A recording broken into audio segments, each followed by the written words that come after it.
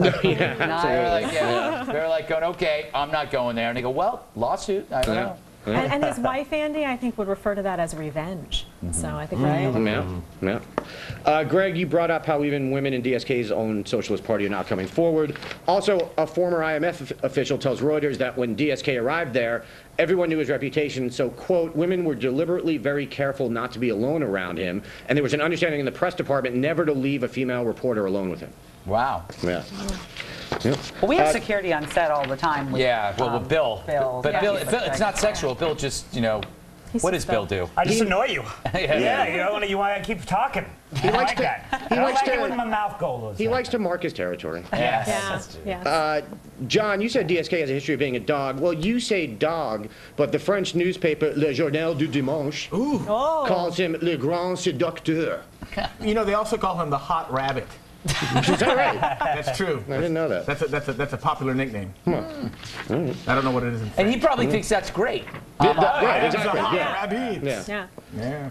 Who hires prostitutes? Playboy puts its entire catalog online. I think this is awesome. I was just thinking the other day I needed another way not to look at Playboy. Sick burn. See what I'm saying? That said, I agree with you, John. I think it's great this is being archived. I know it's a cliche, but they really did have great interviews, even if they were too long for Greg to follow. And also great photos of naked women. Yeah. That can't rival videos of naked women doing weird stuff. John, when you did talk about this, you like to go back and look at the girls from the 60s and imagine what they look like now. Is that what it takes? Has it come to that? That's really sad. I like it. Yeah. You know what I'm going to do, though? I'm going to go and I'm going to look up I'm going to go to every December issue, and I'm going to look up those crazy Christmas cartoons where Santa's sitting there with a naked lady on his lap, and they did that every year with the same joke. Like, ooh, somebody already opened their present.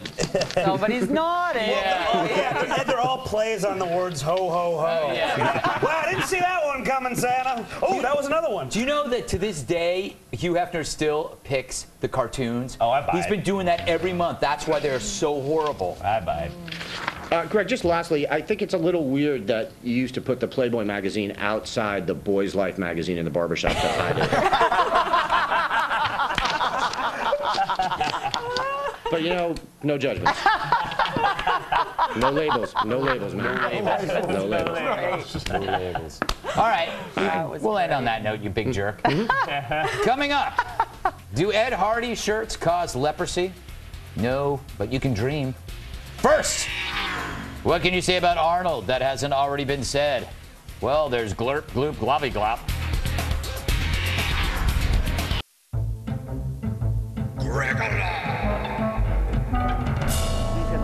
I know, that was something new. Hey, look, I'm on camera. All right, so there I was at the gym in my outfit with the polka dots, watching CNN, not by choice, when the anchor wondered, and I paraphrase, why is the public so obsessed with the Arnold Schwarzenegger story?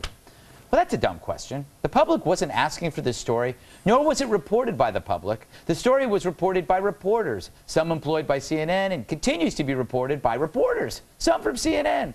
See, the public really doesn't possess the capacity to uncover muck, and on the odd occasion that it does, they're often mocked by CNN. See the Acorn story. Now, as someone who does a nightly show, I've never received a letter asking to cover more celebrity news. If anything, the public writes in about stuff they feel is ignored by everyone else. See the Acorn story. Or my workout routine, which should win a Peabody, but won't. But here's what really gets me, that a network like CNN needs to finger the public for an obsession when it's the media that's obsessed with Arnold. It satisfies their kinky interest, not yours, which reveals the media's hypocritical criticism concerning America's repressed attitudes. They believe it's silly for us to frown upon a married celebrity impregnating a housemaid. But if the media felt any differently, they wouldn't be reporting the same story over and over and over again. Could it be our media is actually more repressed than the public it mocks? Maybe. Which is why I'm boycotting salacious gossip, and I suggest you do the same. Especially if you hear anything about me and a pool boy named Rodrigo. He's a filthy liar, and I was only giving him CPR.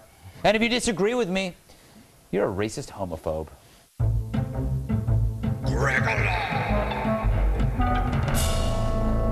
Veronica, try to think about my Gregolog and wonder if there's anything wrong in it. I'm sorry, I wasn't paying attention. What was that?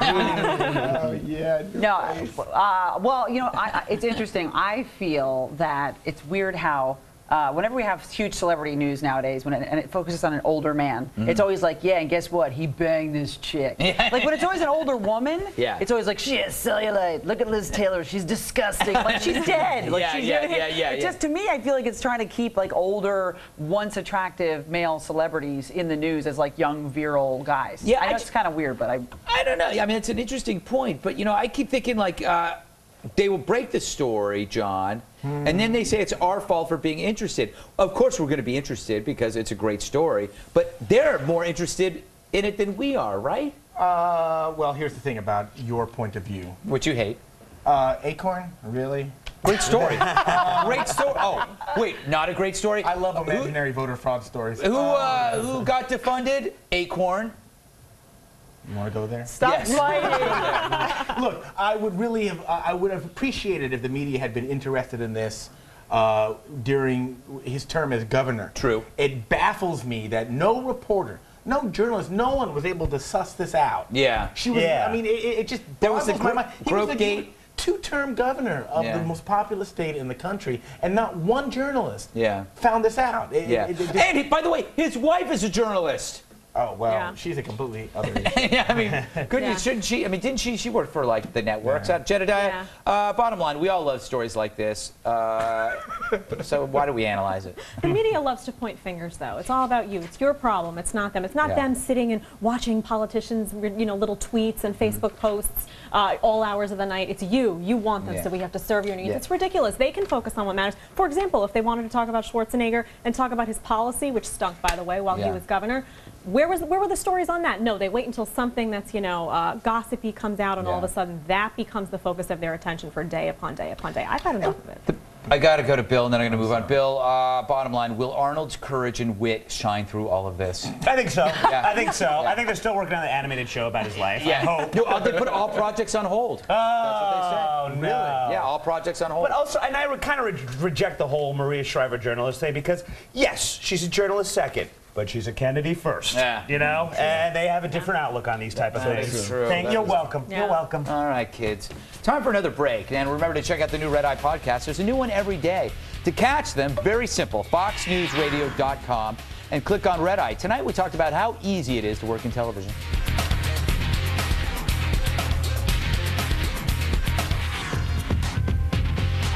So, what's it like to be a right-winger living in the Big Apple? It's New York, actually. Well, someone wrote a book about it, and that someone is Jedediah Bila. It's called Outnumbered, Chronicles of a Manhattan Conservative. There it is, and she's on the cover. And since Jedediah is here, I'm going to ask her some questions about the book. That's how it works here. Jedediah, first thing, are you really a vegetarian? I was a vegan for a long time. Now I'm not a vegetarian anymore. I do eat some meat. I don't eat beef or pork, stuff like that. But I was a vegan for a while, which means no meat and no dairy. So that's like torture. No friends. Yes. No friends. It's torture. It's torture. I noticed in the book you talk a lot about food. Yeah, do you I'm notice obsessed that? with food. You are obsessed. Totally. You're constantly famished and fascist. I center my whole day basically around meals. So you know, I eat breakfast, and then I spend the next few hours thinking about what I'm going to have for lunch, and then that goes on to dinner and snacks. And it's not about food. I mean, what else is really important? Yeah, I do that too, but I often in intermittent periods of crying. Why did you write the book? It feels like a diary. It was a diary. It was basically a series of anecdotes and personal stories that I wrote during the time surrounding the 2008 presidential election and a little bit beyond. And then I compiled them because I felt like there was an important message here, calling out some hypocrisy. What does the left's version of tolerance and diversity and civility and all these things really look like? And I just wanted to provide a real-life personal experience that was relatable, that wasn't any fancy facts and figures and statistics, but was something that people could just experience rather than just read about. It's kind of like what I've noticed is being a conservative in New York is like being in AA. Like you feel that you've got to confide because they're just not, you know, you got to find somebody that's in the same group. Like you want to stand up and say, my name is Greg Gutfeld and I'm a conservative. Yeah, I feel the same. I hear you. Yeah, except replace that with cross-dresser. Oh, closer in my world. Of course. What's the worst thing that happened to you when your politics were revealed? Oh gosh, you know, this was written before I even entered the political scene, but now, you know, I go to anywhere I go where people recognize me from Fox or anything like that. They ask me if I'm a racist, if I'm a homophobe, some combination of the two, if they hate Sean Hannity, you know, they feel the need to take that out on me or David Limbaugh or any of these buddies of mine. But it's always fun and it's great for entertainment. Well, I like the fact that you say yes when they ask you if you're racist or homophobe. Now, here's something that avoid a lot of the questions when I talk to you. You know, here's an interesting fact I learned from you. Your favorite musician is Sarah McLachlan. That's correct. Your favorite musician is Sarah McLachlan. Yes. Yes. I absolutely love Sarah McLachlan. Is there anything you want to tell us? I'm a fan. I didn't even get to the whole list. Indigo Girls, Sarah McLachlan. Nice. Yes. You know, all of my gay friends tell me that I'm a lesbian. I just don't know it yet. So. Yeah. Well, I can tell you are. Sarah McLachlan, have you been to the Lilith Fair by any chance?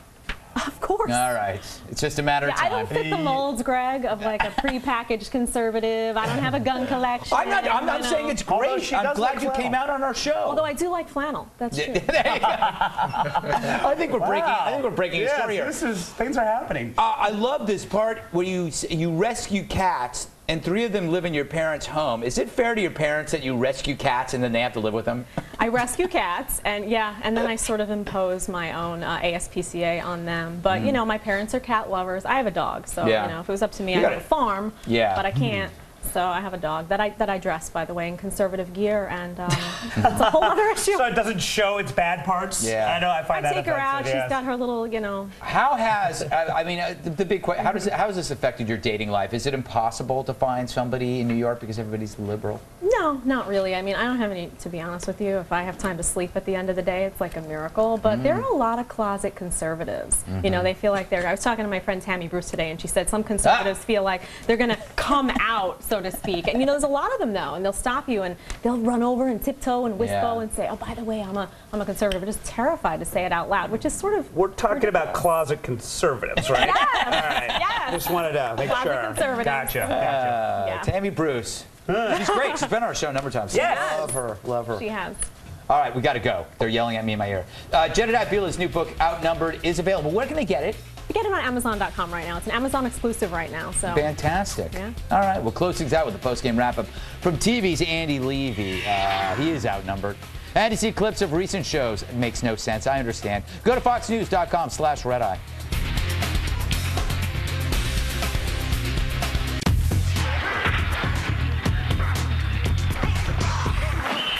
Back to TV's Andy Levy for the post-game wrap-up. Thanks. Hey, John, after the show, I need to buy me some canned meat. What would you say is the best one on the market right now? Well, that'd be Hormel's deviled ham. For more canned meat, go to my Twitter. I wrote an article about it. Excellent. Right. Yeah, the best canned meat on the market, according to Amazon.com. Okay, excellent. Jedediah, are you going to be on FBN in the morning? yes, I'm going to be on Varney and Company. Don't have a time yet, but check it out on Twitter and I'll let you know. Okay. Veronica, where can people catch your act? I will be at Gotham Comedy Club on June 3rd and 4th with Tom Papa. Excellent. Bill, anything you want to plug besides somebody else's Sirius XM radio show? I will be watching Bull Seat this weekend with Tom Papa, actually. Interesting enough. No, I don't know. That's it, Andy. Unless I can plug my brother's radio show. Back to you, Greg. I am actually going to be on O'Reilly tomorrow. Nice. Yeah, pretty good, huh? Yeah, I'm kind of happy. 8 o'clock Eastern. Don't like to brag about it, actually. But it's actually a lot of fun. Sit in the green room, talk to all those famous people. Sometimes I'll have some snacks. Other times I'll just stare at people.